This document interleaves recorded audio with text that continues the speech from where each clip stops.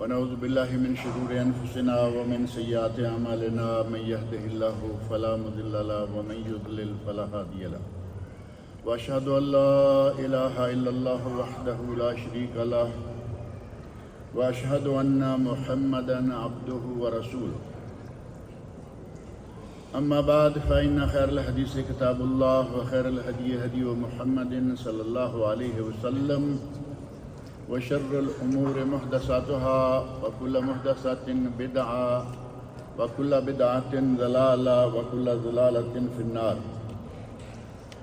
رب اشرح لي صدري ويسر لي أمري واحلل عقدة من لساني يفقهوا قولي. رب أعوذ بك من همزات الشياطين وأعوذ بك رب أن يحضرون. أعوذ بالله السميع العليم من الشيطان الرجيم. يثبت الله الذين آمنوا بالقول الثابت في الحياة الدنيا وفي الآخرة ويضل الله الظالمين ويفعل الله ما يشاء. سورہ ابراہیم کی آیت 27 میں نے ابھی آپ کے سامنے پڑھی ہے، جس میں اللہ رب العزت ارشاد فرماتے ہیں یثبت اللہ الذین آمنوا بالقول الثابت فی الحیات الدنیا وفی الآخرہ. اللہ رب العزت ثابت قدم رکھتا ہے، استقامت عطا کرتا ہے کن کو اور کب؟ اس دنیا کی زندگی میں اور آخرت میں. اس دنیا کی زندگی میں اللہ رب العزت استقامت کس طرح عطا فرماتا ہے؟ اپنے بندوں کو اعمال صالحہ کی توفیق عطا فرما کر، نیک کاموں کی توفیق بخش کر، اور آخرت میں جب بندہ قبر میں رکھ دیا جائے گا، مٹی ڈال دی جائے گی، نبی اکرم صلی اللہ علیہ وسلم ارشاد فرماتے ہیں کہ مردہ دفن کر کے واپس جانے والوں کے قدموں کی آہٹ کو سنتا ہے، قدموں کی آہٹ کو سنتا ہے، اور جیسے ہی اسے دفن کر کے لوگ چلے جاتے ہیں تو اللہ رب العزت کے فرشتے آ جاتے ہیں اور آ کے اس سے سوال پوچھتے ہیں. وہ معروف 3 سوال جو کہ ہمارے اصول دین میں سے شمار ہوتے ہیں. ہمارے دین کے بنیادی 3 اصول، انہی کے بارے میں سوال ہوتا ہے. من ربوں کا، پہلا سوال تیرا رب کون ہے؟ ما دینوں کا، تیرا دین کیا ہے؟ من نبیوں کا، تیرا نبی کون ہے؟ یہ 3 سوال ہوں گے. اور یہاں اب اللہ رب العزت اپنے بندے کو توفیق دے گا جس نے زندگی میں اس کی مانی ہوگی، اللہ اور اس کے رسول صلی اللہ علیہ وسلم کی اطاعت کی ہوگی.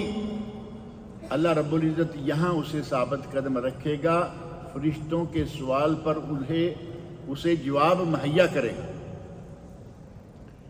یہ ہے یثبت اللہ الذین آمنوا، وہ لوگ جو ایمان لائے، صحیح معنوں میں مومن ہو گئے، انہیں اللہ رب العزت ثابت قدم رکھتا ہے. کس چیز سے؟ بالقول الثابت. بظاہر کلمہ لفظ ہے پکی بات سے، اور وہ پکی بات کیا ہے؟ اس دنیا میں اعمال صالحہ اور آخرت کی سب سے پہلی منزل قبر میں سوالوں کے صحیح ٹھیک جواب کے ساتھ. اور صرف یہیں تک بس نہیں، بلکہ اللہ رب العزت نے ارشاد فرمایا وَيُضِلُّ اللَّهُ الظَّالِمِينَ. اللہ ظالموں کو تو ظاہر ہے کہ گمراہ کرتا ہے. وَيَفْعَلُ اللَّهُ مَا يَشَاءُ، اور اللہ جو چاہتا ہے کرتا ہے. اس سے نہ کوئی پوچھ سکتا ہے، نہ کسی کو اس بات کی ہمت ہے. وہ پوچھتا ہے، وہ پوچھے گا، لیکن اسے اس کے کسی کام پر کوئی کچھ نہیں پوچھ سکتا. ہماری زندگی میں اس وقت جب کہ یہ فتنوں کا دور ہے، فتنوں کے اس دور میں ثابت قدمی، دین پر استقامت، اس کی انتہائی سخت ضرورت ہے۔ قدم قدم پر فتنہ، قدم قدم پر کوئی نہ کوئی نئی مصیبت، نئی بلا۔ ان حالات میں ہمیں اللہ رب العزت سے یہ دعائیں کرتے رہنا چاہیے کہ یا اللہ ہمیں اپنے دین پر ثابت قدم رکھ۔ اور نبی اکرم صلی اللہ علیہ وسلم جنہیں شیطان سے کوئی خطرہ نہیں تھا، شیطان نے تو معاف نہیں کیا نا، آدم علیہ السلام بھی تو نبی تھے، پہلے نبی، اللہ نے جنت میں بسایا، پوری جنت کی تمام نعمتیں سامنے رکھ دیں، اور ایک چھوٹے سے درخت کے بارے میں کہا وَلَا تَقْرَبَا هَٰذِهِ الشَّجَرَةَ، اس درخت کے قریب دونوں میاں بیوی نہ جانا۔ شیطان نے انہیں اس درخت تک پہنچا دیا۔ نبی اکرم صلی اللہ علیہ وسلم کے لیے بھی جس طرح ہر انسان کے ساتھ شیطان ہے، نبی اکرم صلی اللہ علیہ وسلم کے ساتھ بھی چیلا تھا۔ ہر بندے کے ساتھ جس طرح قرین کہا گیا حدیث میں کہ بندے کے ساتھ شیطان یا اس کا چیلا ہوتا ہے اور وہ اسے برائی کا حکم دیتا ہے۔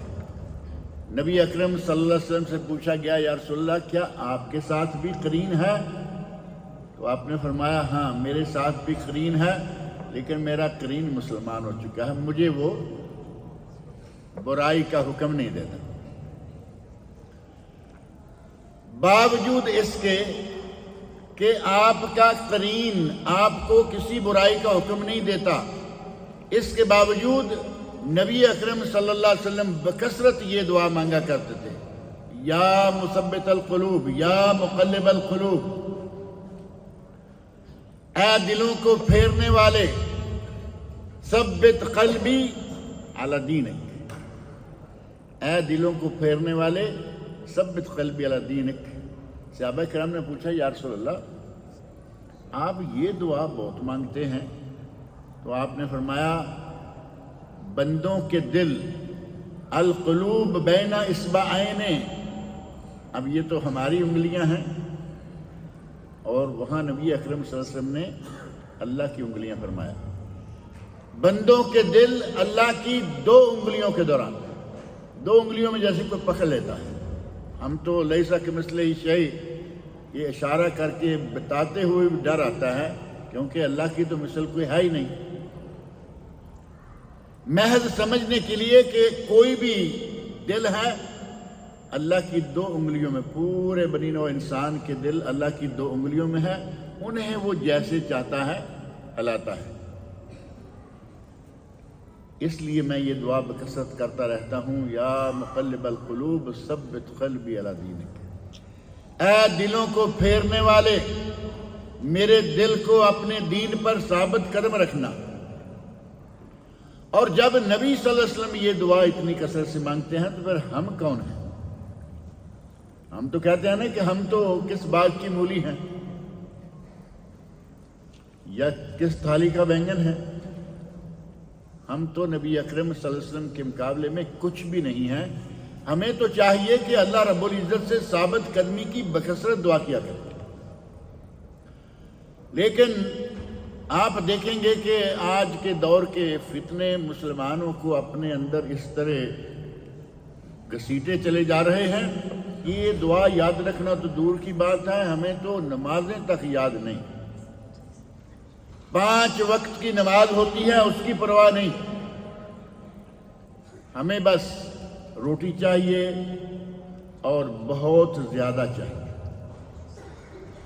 بعض لوگوں کے پاس اللہ رب العزت نے اتنی دولت دی ہوئی ہے کہ ان کی اگر 5 7 10 پشتیں بھی کھاتی رہیں تو ختم نہیں ہوتا، لیکن وہ بھی ابھی اور ابھی اور کے پیچھے لگے ہوئے۔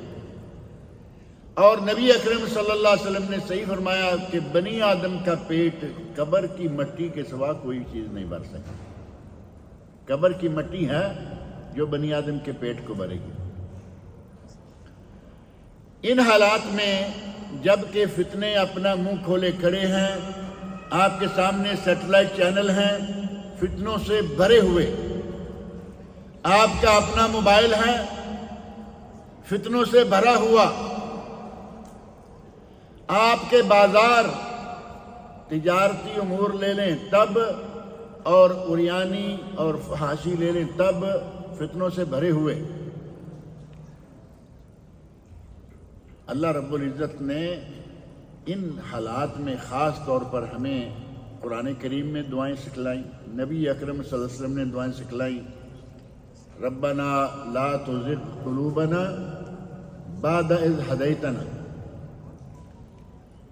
اللہ رب العزت نے یہ دعا ہمیں سکھلائی، ربنا لا تزغ قلوبنا بعد اذ ہدیتنا، اے اللہ تو نے ہمیں ہدایت دے دی، تیرا شکر ہے، لیکن ہمارے دلوں کو اب گمراہ نہ کر، ہمارے دلوں کو اب ہدایت سے نہیں پھیرنا۔ یہ دعائیں نبی اکرم صلی اللہ علیہ وسلم بکثرت مانگتے رہتے تھے، جو کہ معصوم عن الخطا ہیں، جن کے پہلے پچھلے سارے گناہ معاف کیے جا چکے، اور جن کا شیطان بھی سرنڈر ہو چکا ہے۔ اس کے باوجود آپ یہ دعائیں کیا کرتے تھے۔ آج فتنے کون کون سے ہیں جو موٹے موٹے ہمارے سامنے رہتے ہیں؟ ہم سمجھتے ہیں کہ شاید دین پر چلنا کوئی پھولوں کی سیج پر چلنے کے برابر ہے، ایسا نہیں ہے۔ آج وہ وقت واقعی آ گیا ہے، نبی اکرم صلی اللہ علیہ وسلم فرما گئے ہیں کہ ایک وقت آئے گا دین پر چلنا ایسے ہوگا جیسے ہاتھ میں آگ کا انگارہ پکڑنا ہے۔ پکڑا رہ سکتا ہے؟ آپ ایک منٹ کے لیے بھی نہیں برداشت کر سکتے، منٹ تو بہت بڑی دور کی بات ہے۔ کالقابض علی الجمرہ، جو دین کو پکڑ کے رکھے گا آخر ایام میں، آخر زمانے میں وہ ایسے ہوگا کہ جیسے کسی نے اپنے ہاتھ میں آگ کا انگارہ پکڑا ہوا ہے۔ اور آج یقیناً وہ حالات بن چکے ہیں۔ آپ کسی بھی دیندار کو، آپ اپنے آپ کو لے لیجیے اور اپنے رشتہ داروں میں تھوڑا نظر دوڑا کر دیکھیے، کوئی آپ کو کچھ کہہ رہا ہے، کوئی آپ کو کچھ کہہ رہا ہے، آپ کی غیبتیں کریں گے، آپ کو برا بھلا کہیں گے، بڑا حاجی، بڑا نمازی، بڑا فلاں اور بڑا فلاں۔ کسی سنت پر عمل کرنے کا ارادہ کیجئے، اپنے رشتہ داروں کو کہیے کہ میں اس مرتبہ شادی میں بینڈ باجا نہیں لاؤں گا۔ آپ کے تھوڑے لوگ آپ کے ساتھ ہوں گے، مجبوراً آ تو جائیں گے، اب بریانی کون چھوڑتا ہے، آ جائیں گے، لیکن اندر سے وہ راضی نہیں، انہیں بینڈ باجا سننا تھا۔ اسی طرح کوئی بھی کام آپ سنت پر کرنے کے لیے، سنت کے مطابق کرنے کے لیے ارادہ کیجئے، رشتہ دار جو ہے وہ ناراض بیٹھے۔ فتنوں کی ایک لائن ہے، اور اس لائن میں اہل علم نے ان کو دو حصوں میں تقسیم کیا ہے۔ کچھ فتنے ہیں شبہات کے نتیجہ میں جو سامنے آتے ہیں، شبہات کے فتنے، اور دوسرے ہیں جو کہ شہوات کے نتیجہ میں سامنے آتے ہیں۔ شبہات کے نتیجہ میں جو فتنے سامنے آتے ہیں ان میں سے کون کون سے ہیں؟ سب سے بڑا اور سب سے معروف فتنہ جو شبہات کے ذریعے سامنے آتا ہے وہ ہے شرک۔ شبہات کیا ہے؟ لکڑ کی عبادت، پتھر کی عبادت، جانور کی عبادت، بندر کی عبادت، سانپ کتنا زہریلا جانور ہے اس کی بھی عبادت۔ سانپ کی تو بڑی مشہور ہے نا، ناگراج ہے یا کیا راج ہے وہ، ہاتھی کی عبادت۔ اب ان جانوروں کی عبادت ہو رہی ہے۔ کہیں مسلمان ہندوؤں سے بھی آگے بڑھے ہوئے ہیں۔ بعض عبادتوں کا نام لیتے ہوئے یقین مانے شرم آتی ہے مسلمانوں میں۔ ایک درگاہ شریف ہے، اس پر شرمگاہ کی عبادت ہو۔ اب یہ بات بیان کرتے ہوئے کوئی اتنا اچھا نہیں لگتا، لیکن یہ ہے۔ اس حد تک انسان گر جائے گا اپنے اللہ کو چھوڑ کر، اس حد تک چلا جائے گا۔ کافر تو کافر ہیں، جائیں جہنم میں۔ ایک مسلمان ہو کر لا الہ الا اللہ محمد رسول اللہ پڑھ کر وہ اتنا گر جائے گا کہ وہ شرمگاہ تک کی عبادت شروع کر دے گا۔ اور یہ فتنہ شبہات کی وجہ سے یا شبہ کی وجہ سے پیدا کیوں ہوا؟ یہ شرک جو ہے، کہتے ہیں کہ ہم ان کی عبادت نہیں کرتے۔ آپ کسی بھی سرکار دربار مزار کو ماننے والے، ان سے مانگنے والے، ایک تو ہے ذرا ماننا کہ یہ حضرت ہیں، نیک ہیں، ہمارا ایمان ہے جو نیک ہے الحمدللہ نیک ہے۔ ایک ہیں کہ ان کو نیک سمجھ کر ان کے فوت ہو جانے، مر جانے کے باوجود قبر پہ جا کے مانگ رہے ہیں، حضرت ہماری سنیں، حضرت وہ تمہاری مانتا ہے۔ ہمارے پنجاب میں ایک جملہ معروف ہے، کہتے ہیں سرکار ساڈی تیرے اگے تے تیری تور درگاہ۔ اب پنجابی تو یہاں میرے خیال کو خاص ہے نہیں، کہتے ہیں مرے ہوئے پیر کہہ لیں، بزرگ کہہ لیں، جو چاہیں کہہ لیں، کہتے ہیں کہ ہماری درخواست تیرے سامنے اور ہماری درخواست کو اللہ کے حضور تم پیش کرو۔ اور وہ بیچارہ 5 فٹ زمین کے نیچے دفن ہو چکا ہے۔ مسلمان کی حالت اتنی پتلی ہو چکی ہے کہ کہیں گے نہیں، کوئی آدمی آپ پوچھ لیں کسی سے بھی، کہیں گے ہم ان کی عبادت تو نہیں کرتے۔ اب یہ کیا ہے؟ ان سے مدد مانگنا جو فوت ہو چکے ہیں، یہ ان کی عبادت کرنا ہے۔ ہم ان کی عبادت نہیں کرتے تو پھر یہ کیا ہے؟ یہ سارا اتنا آج جو قبوری نظام پورے کا پورا ہمارے پاک و ہند میں چل رہا ہے، یہ کیا ہے؟ کہتے ہیں ما نعبدہم الا لیقربونا الی اللہ زلفی۔ قرآن کریم میں اللہ رب العزت نے ان کی اس بات کا ذکر کیا، ما نعبدہم الا لیقربونا الی اللہ زلفی۔ بھائی ہم ان کی عبادت نہیں کرتے، ہم ان کی عبادت نہیں کرتے، ہم تو وہاں جاتے ہیں، ان سے یہ کہتے ہیں کہ ہمیں اللہ کے قریب کر دیں کیونکہ وہ پہنچے ہوئے ہیں۔ یہ جملہ بھی بڑا ہمارے یہاں مروج ہے، کہتے ہیں پہنچی ہوئی سرکار ہے۔ پہنچی ہوئی سرکار یعنی اس کا اللہ کے ساتھ کوئی ڈائریکٹ رابطہ ہے، ڈائریکٹ ڈائلنگ ہے ان کے یہاں۔ یہ پہنچی ہوئی سرکار ہیں، اس لیے ہم ان کے پاس آتے ہیں تاکہ ان کے ذریعے آگے بڑھیں۔ یہ ساتھ ہی یہ بھی کہیں گے ہؤلاء شفعاؤنا عند اللہ، یہ ہمارے سفارشی ہیں اللہ کے پاس۔ بارش نہ ہوئی مدینہ منورہ میں، یہ واقعہ تو آپ کے سامنے ہے نا، حضرت عمر فاروق کا زمانہ ہے۔ اگر دنیا کا کوئی کہیں کہ پیر، یا یہ کہیں کہ دنیا کا کوئی ولی، یا یہ کہیں کہ دنیا کا کوئی عابد زاہد، کوئی بھی صدیق کہیں، صالح کہیں، نبی کہیں، نبی اکرم صلی اللہ علیہ وسلم سے بڑا کوئی ہے دنیا میں؟ شہداء، صالحین، انبیاء تک نبی صلی اللہ علیہ وسلم کے مقابلے کا کوئی نہیں۔ مدینہ منورہ میں قبر شریف موجود ہے اور عمر فاروق اسی شہر میں۔ بارش نہیں ہو رہی، صحابہ نے کہا امیر المومنین، تو کیا کیا انہوں نے؟ کہا کہ چلیے نبی پاک کی قبر پر چلتے ہیں کہ وہ ہمارے سفارشی ہو جائیں، ہماری سفارش کریں۔ ہؤلاء شفعاؤنا عند اللہ، یہ آج کا مشرک کہتا ہے نہیں نہیں میں تو قبر پہ عبادت کے لیے نہیں جاتا، یا میں قبر پہ یہ نہیں کرتا، میں ان سے نہیں مانگتا، یہ تو ہمارے اللہ کیا۔ یہ ہے شبہ۔ اس شبہ کے نتیجہ میں شرک، اور یہ ہیں ان کی دلیلیں، بودے قسم کے دلائل۔ ایک عام آدمی بھی سمجھ سکتا ہے کہ اللہ کے بندو وہ فوت ہو چکا ہے، اور نبی اکرم صلی اللہ علیہ وسلم سے بڑا دنیا میں کوئی انسان نہ کبھی گزرا نہ آنے والا۔ حضرت عمر فاروق ان کے پاس گئے؟ نہیں گئے، کیونکہ ان کے سامنے سارا کچھ ہوا، اپنے ہاتھوں سے انہوں نے دفن کیا،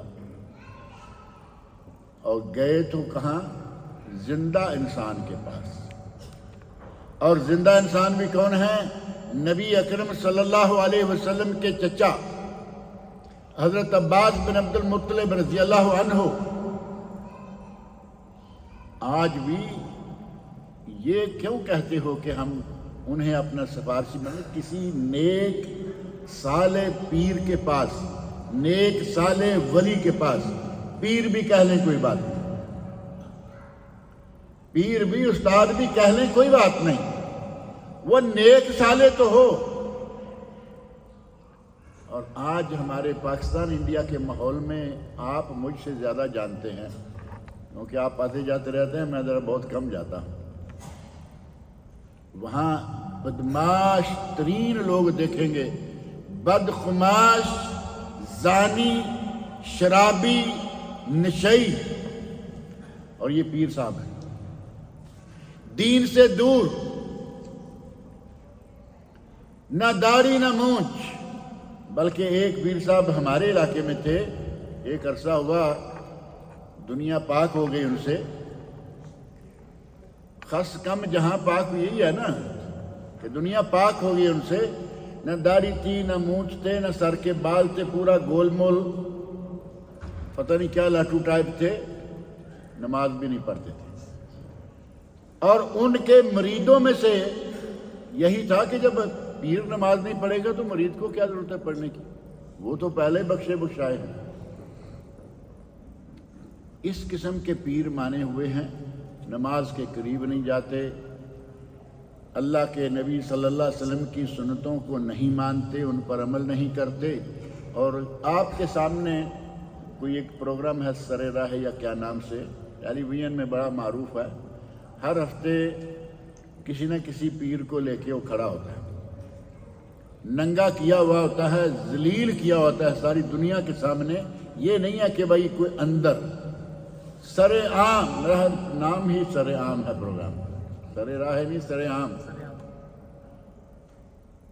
ابھی ہمارے پاکستان میں ایک بہت بڑے پیر ہیں، کیا کریں اب پیروں کو یاد کرنا ہی پڑتا ہے، ہیں جو ہمارے شف سرکار، وہ یہاں سپیکر لگا کے بیٹھ گئے اور آگے سارے لوگ ہیں، اپنی بوتلیں کھول لو، یہ کر لو وہ کر لو، تو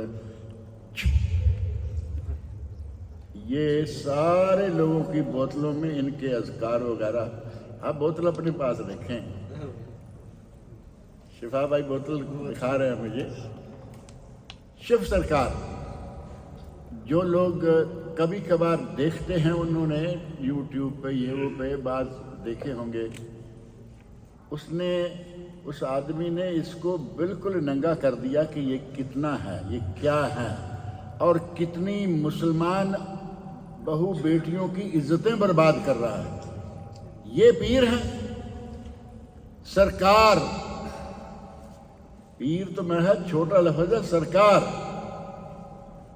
شف سرکار۔ یہ تو ابھی کی بات ہے نا، کچھ عرصہ پہلے ایک مولانا ہے ناصر مدنی صاحب، بڑے خوش طبع قسم کے مولانا ہیں، کبھی کبھی وہ تھوڑا حد سے بڑھ بھی جاتے ہیں۔ انہوں نے کسی تقریر کے دوران کہہ دیا، کرونا کے دوران تقریر میں کہہ دیا کہ یار کسی ہیلی کاپٹر میں اسے بٹھاؤ یا جہاز میں بٹھاؤ، اسے کہو ذرا تھوڑا گھوم کے شف کرے، کرونا سے تو ہماری جان چھوٹے۔ اگر اس کے شف کرنے سے بیماریاں ختم ہو جاتی ہیں سامنے پڑے ہوئے سارے لوگوں کی، سپیکر لگاؤ اور اس کو بٹھاؤ ہیلی کاپٹر پہ اور گھماؤ، ہماری جان چھوٹے۔ کچھ ہوا؟ یہ ہیں ہمارے پیر، ان لوگوں سے آپ لیں گے۔ صحابہ کرام رضی اللہ عنہم گئے تو کہاں گئے؟ حضرت عباس کے پاس، نبی اکرم صلی اللہ علیہ وسلم کے چچا، اور یہ وہ شخصیت ہیں کہ حضرت عمر فاروق رضی اللہ عنہ نے اپنے زمانے میں اعلان کر رکھا تھا کہ عباس گلی میں جا رہے ہوں، کوئی آدمی ان کے پاس سے گھوڑے پر بیٹھ کر نہ نکلے۔ عباس پیدل جا رہے ہیں، گھوڑے پر بیٹھ کر نہ نکلو، یہ میرے نبی کے چچا ہیں۔ اتنا عظیم انسان اگر پیر ماننا ہی ہے تو اس قسم کا انسان تلاش کرو جو پارسا ہو، پیسوں کی لائنیں لگانے والا، زناکار اور بدماش نہ ہو۔ ہمیں شبہات کے فتنوں نے شرک میں اتنا غرق کر دیا ہے کہ ہمیں اب توحید نظر ہی ہے، ہماری بنتی ہی نہیں سوائے سرکار دربار اور مزار کی۔ ہم تو نعوذ باللہ اللہ کو یہ دنیا بنا کے بیکار کر کے بٹھا چکے ہیں کہ وہ بس فارغ ہو چکا ہے، اب ہمیں ہماری یہ نیچے والی سرکاریں ہی سارا کچھ دیں گی۔ اور کچھ فتنے وہ ہیں جنہیں کہا گیا شہوت کے فتنے، شبہات کے فتنے، اور دوسرے ہیں شہوات کے فتنے۔ اور شہوات کے فتنے کیا ہیں؟ شہوات کا معنی خواہش نفس۔ یہ ضروری نہیں ہے کہ آدمی اپنی جنسی خواہش پوری کرے تو وہی شہوت ہے۔ عربی میں شہوت ہر خواہش، اسے شہوت کہا جاتا ہے۔ کسی کو مال کی شہوت ہے، مال کمانے کے چکر میں، اور آپ دیکھتے ہیں کہ مال کمانے کے چکر میں لوگ اپنا ایمان تک بیچ دیتے ہیں۔ سود کے بارے میں اللہ رب العزت نے قرآن کریم میں فرمایا کہ یہ حرام ہے۔ کوئی شک ہے کسی کو جب قرآن کریم کہہ دے حرام ہے؟ اس کو حلال کرنے والے لوگوں کو چھوڑ دیجئے، کچھ لوگ اسے حلال کرنے کے چکر میں ہیں، ان کو چھوڑ دیجئے جن کو دل میں 100% یقین ہے کہ سود حرام ہے اور وہ بھی سود کھائے۔ یہ ہے مال کی شہوت کہ سود، جس کے بارے میں اللہ نے فرمایا کہ اگر سود کا تمہیں علم ہو چکا کہ یہ حرام ہے، اس کے باوجود لینا دینا نہ چھوڑو، فَأَذَنُوا بِحَرْبٍ مِّنَ اللَّهِ وَرَسُولِهِ، تو پھر اللہ رسول کے ساتھ جنگ کے لیے تیار ہو۔ اتنا سخت گناہ قرآن کریم میں، حدیث شریف میں، ہماری شہوت مال اتنے زور سے ہمیں پھنسائے ہوئے ہے کہ بس یہ مال چاہیے، سود سے آتا ہے آئے، اور رشوت سے آتا ہے تو بھی آئے۔ سود کے بعد جو ہمارا کمائی کا ایک بہت بڑا ذریعہ ہے وہ ہے رشوت۔ اور آج دفتروں میں خاص طور پر آپ جانتے ہیں کیا حال بنا ہوا ہے۔ کام نارمل سا ہے، پیپر ہے، اس کے لیے صرف سائن کرنے ہیں، اور سائن کرنے مثال کے طور پر میری ذمہ داری ہے کہ میں اس پیپر کی سائن کر کے دوں، اس آدمی کا کام ہو گیا۔ سائن نہیں کر رہے، یہاں اگر عربی میں ہو تو کہیں گے تال بکھرا، کل گئے لائن میں لگے، کافی دیر کے بعد وقت آیا، تال بکھرا۔ ہمارے یہاں بھی تو یہی ہے نا، اس کو آپ دوسرے لفظوں میں کہہ لیں، کل آ جاؤ۔ صاحب بزی ہیں، صاحب پیچھے چائے پانی پینے بیٹھ گئے اور کہا بزی ہیں، صاحب بزی ہیں کل آ جانا۔ اس کو کل پہ اتنا لمبا کر دیں گے کہ وہ مجبور ہو جائے گا کہ بھائی مانگو، ڈیل کرو، کیا لیتے ہو ایک سائن کرنے کا، جبکہ اس کا فرض ہے اور اس کا حق ہے۔ وہاں کوئی ایسی ڈیل والی بات نہیں۔ پھر بھی اگر وہ پیسے لے کے وہ سائن کرتا ہے، سراسر حرام کھاتا ہے۔ دفتروں میں یہ، کمپنیوں میں یہ، سرکاری اداروں تک میں یہ، اور سرکاری اداروں میں یہ تو معمولی سی بات ہے، اب تو سلسلہ ایسا شروع ہو گیا ہے، آدمی مالدار ہے، اس نے فیکٹری لگائی، پتہ ہے کہ فیکٹری لگا رہا ہے، ابھی کچھ کہیں گے تو ہو سکتا ہے یہ فیکٹری یہاں نہ لگائے، کہیں اور لے جائے۔ علاقے کا بڑا آدمی آ گیا، فیکٹری چل پڑی، تو کہا کہ اس میں سے اتنے % مجھے چاہیے۔ ایسے لوگ ہیں یا نہیں؟ ایک ہے فیکٹری لگانے کے لیے اجازت چاہیے، وہی سائن چاہیے، نہیں کر رہے، ڈھیروں پیسے لے کے سائن کریں گے، فیکٹری لگ گئی تو اب دوسری پارٹی آ گئی، اس میں سے اتنا ہمیں چاہیے۔ کوئی 10% مانگ رہا ہے. 10% تو ہے نا بڑی مشہور بات. 10% کوئی کہتا ہے جی تمہاری فیکٹری سے جتنا بھی پروڈکشن نکلتی یا پرافٹ آتا ہے 10% میرا. کوئی کہہ رہا 15% میرا, کوئی کہہ رہا 5% میرا. بھائی تمہارا کیا, اس نے پیسہ خرچ کیا, زمین اس نے خریدی, سارا کچھ اس کا ہے, تم کون سی پرسنٹیج دو؟ یہ گنڈا گردی ٹیکس, گنڈا ٹیکس. پہلا رشوت اور یہ گنڈا ٹیکس دونوں کا حرام.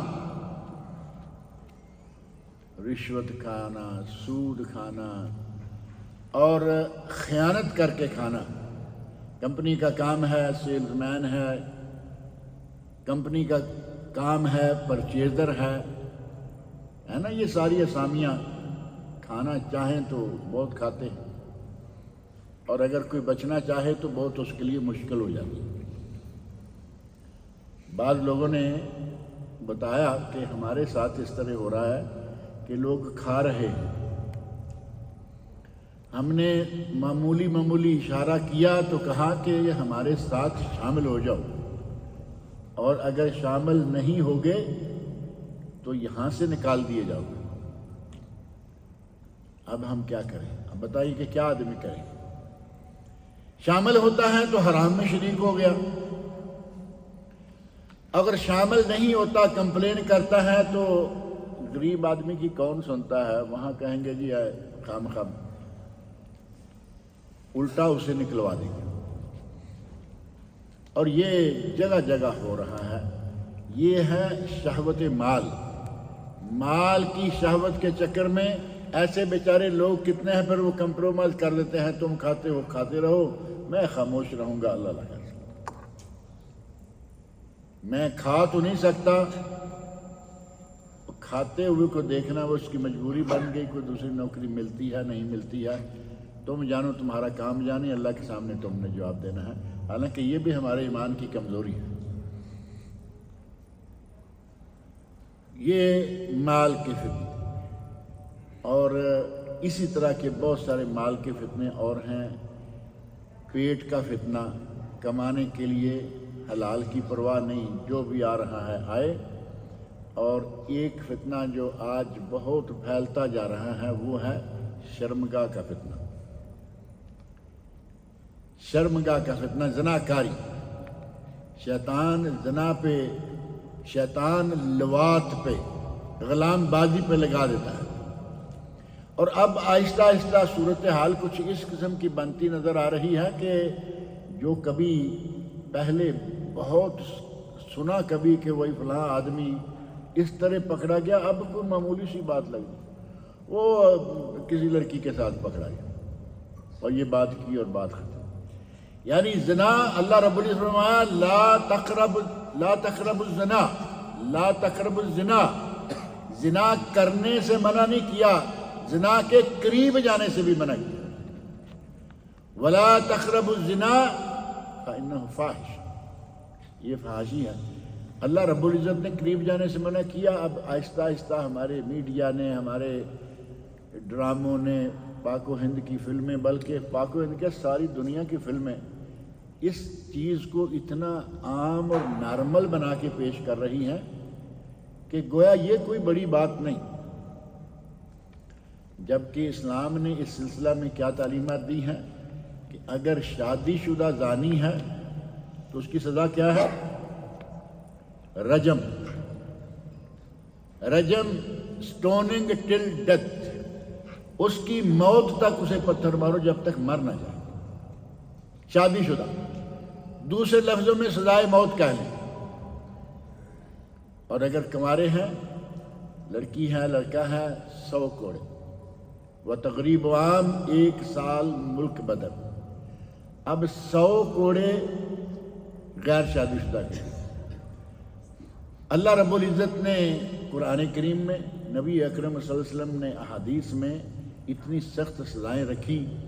اب چونکہ مسلمانوں کو آہستہ آہستہ انگریز بنایا جا رہا ہے, مسلمانوں کو نیا کلچر دیا جا رہا ہے, اس میڈیا نے آ کے اس گناہ کو اتنا عام کر دیا اور لوگوں کی نظروں میں اتنا معمولی کر دیا کہ گویا یہ کوئی گناہ ہی نہیں.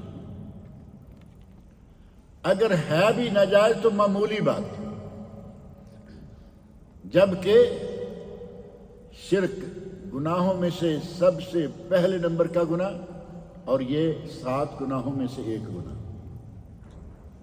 نبی اکرم صلی اللہ علیہ وسلم نے اجتنبوا السبع الموبقات، 7 مہلک چیزوں سے بچو، ان میں سے ایک یہ بھی ہے۔ اس دور میں ثابت قدمی، اگر یہ سارے فتنے ہمارے تھوڑے سے دائیں بائیں دیکھتے ہوئے آپ سوچیں گے نا کہ آج واقعی اپنے آپ کو بچانا، ان چیزوں سے محفوظ رکھنا بڑا مشکل ہے، لیکن الحمدللہ نمازی ہیں آپ۔ نمازی تو 17 مرتبہ کم از کم، جو لوگ سنتیں نہیں پڑھتے فرض پڑھ لیتے ہیں، ان کی بھی سورۃ فاتحہ کتنی مرتبہ ہو جاتی ہے روزانہ؟ 17 بنتی ہے نہیں؟ 17 فرض ہیں 5 نمازوں کی، کم از کم 17 مرتبہ بندہ کہتا ہے اہدنا الصراط المستقیم، اے اللہ ہمیں صراط مستقیم پر رکھ۔ اور اسی دعا کے نتیجہ میں اللہ رب العزت نمازیوں کے لیے بہت ہی بڑا انعام یہ ان کو دیتا ہے کہ وہ عموماً ان گناہوں سے بچے رہتے ہیں۔ عموماً بندہ گناہ گار ہے، گناہ ہو جاتا ہے، لیکن 17 مرتبہ روزانہ بندہ کہے تو اللہ رب العزت سنتا ہے۔ اہدنا الصراط المستقیم دعاؤں کا اتنا اثر ہے۔ ایک تو اس موجودہ دور میں جو سب سے اہم چیز ثابت قدمی کے ذرائع میں سے ایک ذریعہ ہے قرآن کریم۔ یہ ذہن میں رکھیں کہ ثابت قدمی کے لیے جو ذرائع ہیں ان میں سے اہم ترین ذریعہ ہے قرآن کریم۔ قرآن کریم کو جو ہم نے جس انداز سے پڑھنا شروع کر رکھا ہے وہ نہیں۔ قرآن جی کھولا 5-10 منٹ کے لیے بڑے اسپیشل انداز سے ہماری تلاوت ہوتی ہے، کچھ لوگ اس طرح کرتے ہیں تلاوت، مسلسل سارا قرآن جی پڑھے 4، یہ جھٹکا برابر چل رہا ہے، اور کچھ لوگوں کا اس طرح ہوتا ہے، اور انہیں ساری عمر قرآن کریم پڑھتے گزر گئے ہیں۔ ان سے پوچھیں جو پڑھ رہے ہیں یہ کیا ہے، معنی کیا ہے، مفہوم کیا ہے، کوئی معلوم نہیں۔ اور عوام تو عوام، ہمارے تو قاری حضرات، حافظ حضرات، حافظ قرآن ہیں، قاری ہیں، انہیں پوچھئے کیا پڑھا ہے، نہیں جی ہمیں تو حفظ ہے۔ قرآن کریم کو صرف حفظ کرنے کے لیے نہیں نازل کیا گیا کہ حفظ کر لیں اور دم درود لوگوں کو رقیہ شریعہ پڑھ کے سناتے رہیں، علاج کرتے رہیں۔ قرآن کریم کو عمل کے لیے نازل کیا گیا۔ پڑھیے تلاوت کا ثواب، لیکن سیکھیے، یہ پیغام ہے اللہ رب العزت کا، یہ ہمارے لیے نظام ہے زندگی کا۔ تدبر کیجئے، تفکر کیجئے، ان کی شرح دیکھیے، اللہ رب العزت نے ہمیں کیا حکم دیا ہے، کن چیزوں سے منع کیا ہے۔ اگر ہمارا قرآن کریم کے ساتھ تعلق صحیح رہے تو ہم انشاءاللہ ان موجودہ فتنوں سے بہت اچھے طریقے سے بچ سکتے ہیں۔ ثابت قدمی حاصل ہو سکتی ہے جب قرآن سے تعلق جڑ جائے۔ رمضان المبارک گزر گیا، ہم نے قرآن پڑھ لیا، اب تو پھر پتہ نہیں اگلے رمضان تک قرآن کریم پڑھنا بھی کس انداز سے ہوگا۔ اگر صحیح معنوں میں قرآن سے تعلق رہے، تھوڑا بہت معنی مفہوم دیکھتے رہیں۔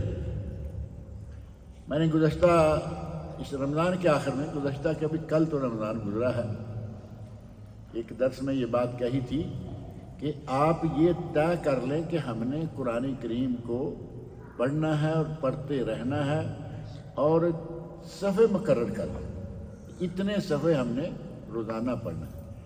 اب ضروری نہیں ہے کہ آپ 10 کریں، آپ 15 صفحے کہیں، ٹھیک ہے، آپ 2, 4, 5 صفحے کر لیں، 2, 4, 5 صفحے، لیکن قرآن کریم ترجمہ کے ساتھ اور ضروری تشریح کے ساتھ۔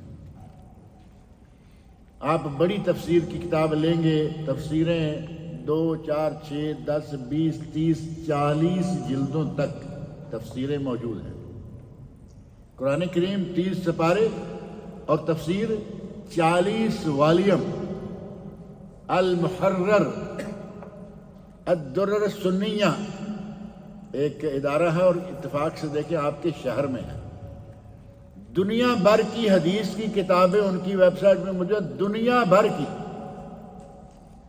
حدیث، نبی اکرم صلی اللہ علیہ وسلم کی کس کتاب میں ہے، کس جگہ ہے، وہ ڈیٹیل الگ سے موجود ہے، اور انہی کے ادارے نے یہ المحرر تفسیر شائع کی ہے 40 جلدوں میں۔ آپ 40 کو چھوڑ دیجئے، 20-30 والی ہیں ان کو بھی چھوڑ دیجئے، 5-6 جلدوں والی بھی ہیں، تفسیر ابن کثیر 6 جلدوں میں بھی ہے، 4 میں بھی ہے، بعض تفسیر کی کتابیں 1 جلد میں بھی ہیں، اور ان میں سے میں نے تجویز کی تھی کہ ایک احسن البیان، تفسیر احسن البیان مختصر، جہاں جہاں ضرورت ہے فٹ نوٹس میں تفسیر میں انہوں نے اس کی وضاحت کر دی، اس کی آپ 5-4 صفحے روزانہ پڑھا کیجئے۔ آپ کو قرآن کی اسکرین کے ساتھ تعلق پیدا کرنے کے بعد یہ محسوس ہوگا کہ ہم بدل رہے ہیں، کیونکہ آپ کو پتہ چل رہا ہے کہ اللہ کا پیغام آپ کے لیے کیا ہے۔ ایک چیز قرآن کریم جس پہ اگر صحیح معنوں میں ہم توجہ دیں تو ہمیں استقامت اور ثابت قدمی مل سکتی ہے، اور دوسری چیز ہے دعائیں۔ جیسے میں نے شروع میں ذکر کیا کہ نبی اکرم صلی اللہ علیہ وسلم سے زیادہ پارسا، آپ سے زیادہ نیک و صالح، عابد و زاہد کوئی نہ کبھی گزرا نہ آنے والا، لیکن آپ اتنی دعائیں کرتے تھے۔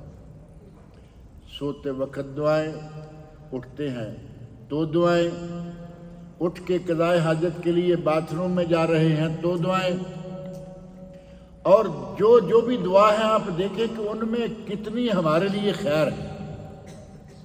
شیطان جس کا ذکر شروع میں کیا ہے کہ یہ انسان کو بہکانے کے لیے لگا ہوا ہے، آدم علیہ السلام سے لے کر قیامت تک یہ اپنا کام کرے گا، شیطان سے بچنے کے لیے قدم قدم پر دعا۔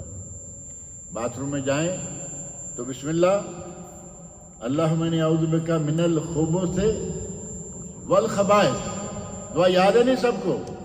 نہیں تو کر لیں۔ نبی صلی اللہ علیہ وسلم کے ایک حدیث میں آتا ہے کہ بنی آدم جب ننگا ہوتا ہے تو شیطان بنی آدم کی شرمگاہ سے کھیلتا ہے، اور اگر جیسے کپڑا بدلتے وقت بھی ہے اور باتھ روم میں جاتے ہوئے ظاہر ہے کہ یہاں آدمی کو ننگا ہونا ہے، اگر وہ یہ دعا کر کے باتھ روم میں جاتا ہے، اللہم انی اعوذ بک من الخبث والخبائث، اے اللہ خبیث جن مردوں اور خبیث جن عورتوں، جنوں اور جننیوں کہیں گے، اے اللہ ہمیں ان سے محفوظ رکھے۔ نبی اکرم صلی اللہ علیہ وسلم فرماتے ہیں اب وہ نہائے، قضائے حاجت سے فارغ ہو، جو چاہے کرے، جن اس کے قریب بھی نہیں آ سکتے۔ گھر سے نکلنے کی دعا، بسم اللہ توکلت علی اللہ ولا حول ولا قوۃ الا باللہ، اللہ کی ذات پہ توکل کر کے آدمی نکلتا ہے۔ اس دعا کے بارے میں کہا گیا کہ اس پہ کچھ کلام ہے، اس کی سند پہ بعض اہل علم نے کلام کیا، لیکن آپ اگر بالفرض نبی صلی اللہ علیہ وسلم سے ثابت شدہ نہ بھی کریں تو صرف کلمات دیکھ لیں۔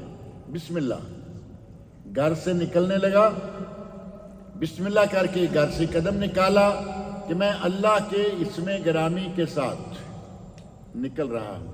اللہ کے اسم گرامی کے ساتھ نکلنے کا معنی یہ ہوا کہ ایک اعتبار سے وہ اللہ کے کھاتے میں چلا گیا، اللہ اس کی حفاظت کرے گا، جہاں جہاں بھی جائے گا، جہاں جہاں رہے گا، اللہ کی حفاظت میں۔ توکلت علی اللہ، میں نے اللہ کی ذات پر توکل کیا۔ دن بھر کوئی بھی گھر سے باہر نکلنے کے بعد کوئی بھی مشکل پیش آتی ہے، وہ کہتا ہے کہ میرا اس ذات پر توکل ہے، گھر سے نکلتے ہوئے میں نے یہ پڑھ لیا ہے تو میرا رب میرے کام آئے گا، میرا رب میرے کام کرائے گا، اور اللہ رب العزت کام کرواتا ہے۔ ولا حول ولا قوۃ الا باللہ، اے اللہ مجھ میں اس شر سے بچنے کی اور مجھ میں کسی قسم کی کوئی نیکی کرنے کی مجھ میں کوئی طاقت نہیں ہے، اگر شر سے بچنے اور خیر اپنانے کی کوئی طاقت ہے تو وہ اے اللہ تیری توفیق کے ساتھ۔ اور دوسری حدیث جو کہ دوسری دعا ہے، صحیح سند سے ثابت ہے، اللہم انی اعوذ بک ان اضل، اے اللہ میں تیری پناہ مانگتا ہوں کہ میں کہیں گمراہ ہو جاؤں، او اضل، اے اللہ میں تیری پناہ مانگتا ہوں کہ مجھے کوئی گمراہ کر دے۔ بندہ بندے کا ایمان اور دوسرا جملہ کہتے ہیں بندہ بندے کا ایمان اور بندہ بندے کا شیطان. نیک آدمی ساتھی ہے تو یقیناً وہ ایمان پر نیک کام پر رکھے گا، اور وہی ساتھی اگر دوسرا ہے تو کہاں لے جائے گا؟ وہ ہے بندہ بندے کا شیطان. اے اللہ میں تیری پناہ میں آتا ہوں کہ میں گمراہ ہو جاؤں. اے اللہ میں تیری پناہ میں آتا ہوں کہ مجھے کوئی میرا ساتھی، کوئی دوست، کوئی رشتہ دار گمراہ کر دے. او ازل زا کے ساتھ زلل یعنی ٹھوکر کھانا، کہیں میں بہک نہ جاؤں. او ازل یا مجھے کوئی بہکا دے. او ازلم اے اللہ میں تیری پناہ میں آتا ہوں کہ میں اپنے ہاتھوں سے، اپنے عمل سے، اپنے زبان سے کسی پر ظلم کروں. او ازلم اور یا اللہ میں تیری پناہ میں آتا ہوں کہ مجھ پر کوئی ظلم کرے. گویا کہ اپنے آپ کو اس نے ایک حصار میں، ایک قلعے میں بند کر لیا. او اجہل اے اللہ میں تیری پناہ مانگتا ہوں کہ میں کسی پر جہالت کا معنی چھوٹے بچے کو عرب لوگ معلوم ہے کیا کہتے ہیں؟ یاہل. جاہل تو لفظ معروف ہے نا. اب عربوں میں جو مقامی زبان ہے، اب اس کو آپ فصیح نہیں کہہ سکتے، مقامی زبان یاہل کوئی بچہ ہے. اب اگر کسی پر کوئی غلط، کسی کے ساتھ کوئی غلط رویہ اختیار کرے تو اسے جہالت کہا گیا. اے اللہ میں تیری پناہ مانگتا ہوں کہ میں کسی کے ساتھ جہالت کروں. او یجہل علیہ اے اللہ میں تیری پناہ مانگتا ہوں کہ کوئی میرے ساتھ جہالت کرے. یہ دعا اپنے گھر سے نکلنے کے بعد، یہ دعا مانگ کر آپ گھر سے نکل گئے. اب اندازہ کرو کہ کتنی دعائیں چند لفظوں میں اکٹھی ہو گئی. گویا کہ آپ کے ساتھ اللہ رب العزت کی طرف سے ایک بہترین باڈی گارڈ موجود ہے. شیطان بھی کہہ دیتا ہے کہ بھائی یہ بندہ تمہارے ہاتھ سے نکل گیا، گھر سے نکلتے ہی اس نے یہ دعائیں مانگ لی ہیں، اب یہ تمہارے بس میں نہیں رہا، اب اس کے لیے اس کا اللہ کافی ہو گیا، اب اس کا پیچھا چھوڑ دو. واپس آتے ہوئے گھر میں داخل ہونے کے لیے دعا مانگتا ہے اور کہتا ہے اللہم انی اسألک خیر المولج و خیر المخرج. اے اللہ میں داخل ہونے اور گھر سے خارج ہونے، یعنی گھر کے اندر ہوں یا گھر سے باہر ہوں، میں تیری خیر طلب کرتا ہوں. یہ کہنے کے بعد بسم اللہ کر کے گھر میں داخل ہو جائے. شیطان کہتا ہے کہ تمہارے لیے اس گھر میں آج نہ کھانا ہے اور نہ سونا ہے. اس کا مطلب ہے کہ رات سوتے بھی شیطان گھروں میں ہیں. ہمیں تو نظر نہیں آتے نا، لیکن اگر کوئی کہے نا کہ میرے گھر میں شیطان داخل نہیں ہو سکتا، وہ تو ہر جگہ ہیں، موجود ہیں. الا یہ کہ کوئی آدمی اپنے گھر کو اس طرح محفوظ کر لے دعاؤں کے ذریعے. نبی اکرم صلی اللہ علیہ وسلم نے ہمیں قدم قدم پر یہ دعائیں سکھلائیں کہ ان دعاؤں پہ عمل کرو، تمہیں کسی قسم کا کوئی خطرہ نہیں رہے گا. گھر سے نکلنے کے لیے، گھر سے باہر سے گھر آنے کے لیے، سونے کے لیے، اٹھنے کے لیے، مسجد میں داخل ہونے کے لیے، مسجد سے نکلنے کے لیے، سواری میں سوار ہونے کے لیے. سواری میں سوار ہونے کی دعائیں یقیناً آپ لوگ شاید کبھی تجربہ کرتے ہی ہوں گے آتے جاتے. یقین مانیں کہ میں نے ذاتی طور پر ایک آدھ مرتبہ تجربہ کیا ہے کہ گاڑی میں بیٹھ گئے، کسی وجہ سے دعا رہ گئی. یعنی بعض دفعہ ایسا ہوتا ہے نا کہ ساتھ میں کوئی ہے یا کوئی، اور وہ فوراً ہی پتہ چل گیا کہ یہ آج کیوں ہوا ہے. چھوٹی موٹی کچھ بھی چوٹ لگی گاڑی کو، سمجھ آئی کہ یہ کیسے ہو گیا. یہ جیسے آدمی تجربہ کر چکا ہے نا، میں وہ بات کر رہا ہوں. آپ گاڑی میں بیٹھے، نبی اکرم صلی اللہ علیہ وسلم کی سکھلائی ہوئی دعائیں مانگ کے بیٹھے، بیٹھ کر گاڑی میں چلاتے ہوئے جو دعائیں کرنے والی ہیں وہ کریں. آپ کی گاڑی، آپ کی ذات بإذنہ تعالی محفوظ رہے گی. یہ اللہ رب العزت نے ہم پہ بڑا انعام کیا کہ ہمارے نبی نے ہمیں ہر موقع کی دعائیں سکھلائیں، اور اگر ان دعاؤں پہ ہم عمل کرتے رہیں تو ہمارے لیے بہت ہی بڑا معاملہ ہے۔ مال کی شہوتوں میں سے ایک چیز جہاں ذکر کر دوں جو کہ آج کل بڑی معروف چل رہی ہے، یہ جو ہمارے یہاں ٹورنامنٹ ہوتے رہتے ہیں، فٹ بال کا، والی بال کا، کرکٹ کا، یہ بال کا، وہ بال کا، بیس بال ہے ایک میرا خیال ہے پتہ نہیں کیا، وہ گیند بھی ایسے لمبا، ایک تو گول ہوتا ہے نا، ایک ذرا تھوڑا لمبا ہوتا ہے گیند، عجیب سی قسم کی گیمیں ہیں۔ اگر ان گیموں میں شرط لگا کے جیسے کہ عموماً کھیلا جاتا ہے، یہ مال کمانے کی جگہ، مال کمانے کے طریقے، یہ سارے حرام ہیں۔ نبی اکرم صلی اللہ علیہ وسلم نے فرمایا لا سبقہ الا فی ثلاث، اگر ٹورنامنٹ ہو سکتا ہے، اگر کیا کہیں گے ریس ممکن ہے، اگر مقابلہ کسی چیز میں ممکن ہے تو وہ صرف 3 چیزوں، نسل یعنی نیزہ، تیر اندازی، نیزہ بازی۔ اب تیر اندازی، نیزہ بازی، اس کو میرا خیال ہے کہ آپ یہ بندوق بھی کا نشانہ بھی کہہ سکتے ہیں۔